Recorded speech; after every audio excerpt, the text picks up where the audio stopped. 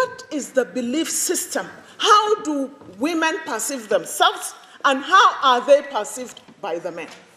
Because the human species is made up of men and women, and we are created as equals. As a Muslim, I know that, because God has consistently said in the Quran, I have created you man and women. When he talks of mu'mini, he also talks of the mu'mina. When he talks of the sadiqi, he talks of the sadiqa. When he talks of the fajiri, he talks of the fajira. Yes. There is nothing like women's hell or men's heaven. We all go together on the mercies of Allah. Yes. So let us be under no illusion. Men normally perceive women as irrational, apolitical, emotional, incapable of taking right decisions. But then I ask, for God's sake, if we are irrational and we are incapable of taking rational decisions, in fact, some people go to the extreme as saying that women are mad people. I ask this question: what constitutes the children of mad women? The men. Mad men. What you have are mad men. Because good begets good and bad begets bad. And you are all born of a woman. We taught you how to tie your pants. Yes, ma'am. We taught you. Yes. We have taught you how to eat. Yes. We taught you how to walk. Yes. We molded you. Yes. So if we are mad, you guys are children of mad women, and we're all mad. We have economic barriers. Yes. I cannot take my hand-earned millions that I have not stolen, that I earned as a trader, when my children cannot get decent education. I have to spend my hard-earned money to sponsor my children in school first and foremost. I have to spend every penny that I have to make sure that my children have free square meals. The man will put his agbada, especially if there is famine. He is the first to run. If there is any natural disaster, he is the first to run. They are cowards, you know. But we sit back and we look after our sons and daughters. This brings me to the other impediment to our involvement in politics. That is the manipulation of religion. They have manipulated religion. I am a Muslim, and I know very little about how Christians have also manipulated religion in their various countries and regions. How tradition has been also manipulated. But I want to tell you, in northern Nigeria today, that even when they talk of the Sharia, it's a woman's Sharia. Yes. They only talk about inheritance, where they take double and we take half.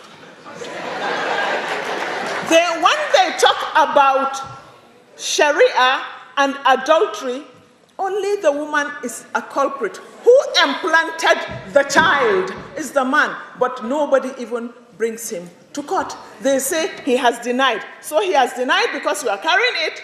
Maybe you impregnated yourself. That is it. And let me also tell you that in Islam, the first law ordained by Allah is on governance. The first law ordained on man is on governance. It's against exploitation of man by man. When God created the heavens and the earth, according to the Quran, he sat on his throne and he made the first law that he has denied himself the right to oppress. And he has denied his creatures to oppress and exploit one another. Did you ever hear them talking about stealing public? Did you ever hear? But they chop off your hand for stealing a cow. While billions and billions of naira have been siphoned, people have been denied their rights to means of livelihood. Women have persistently faced sexual molestation and intimidation. Many a times when I go to gatherings, it has happened to me quite a few times in Kano. What they want to do, my political opponents, people have been paid to come to the podium to dress me naked. For they know the honor of the woman is in her body. They know that. So a woman would prefer to die than to be put naked in public. But we persevere and we move on. We'll continue to move. We'll continue to move because this is our God-given country. These are our collective resources, and we refuse to be intimidated. Women going into politics must go in with a clear-cut vision, with a goal and an objective, unwavering objective as to what they want and what they want to become. Because if you start to behave like the men, you'll end up in the dustbin before you even know it. They go into politics for personal aggrandizement, to serve their egos, in most cases. I'm not saying all, but most of them do. And they can go to any length to maintain and sustain it, as we are seeing it today in our country. They will go into any length. They will kill. The assassinations. You understand? However, when a woman is focused, she has a choice to either go the way of the man or be what she wants to be as a liberator of her country and her children, as a major stakeholder. If you decide to be what the men are, then you see these women using, as they say, what I have to get what I need.